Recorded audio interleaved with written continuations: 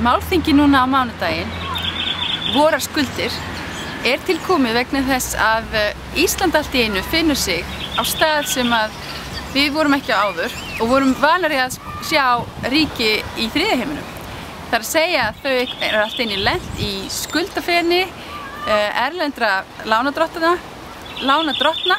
sem að öll þjóðin þarf að standa undir og kreppir lífsgæði hennar. Og hvers vegna höldum við þetta málþing? Það er vegna þess að lúterska heimssambandið sem að þjóðkirkjan er aðili að hefur sýnt þessari stöðu sem Ísland er í áhuga og séð ýmsar hliðstæður með stöðunni sem Ísland er í og þeirri stöðu sem að ýmis þriðja heimsríki eru í sem hafa lent illa vegna óréttmætra skulda. Og þetta byrjaði þannig að Peter Prof, sem er yfirmaður mannréttindamála hjá lúterska heimssambandinu, hann bara fór að lesa Financial Times og skoða það sem þar var sagt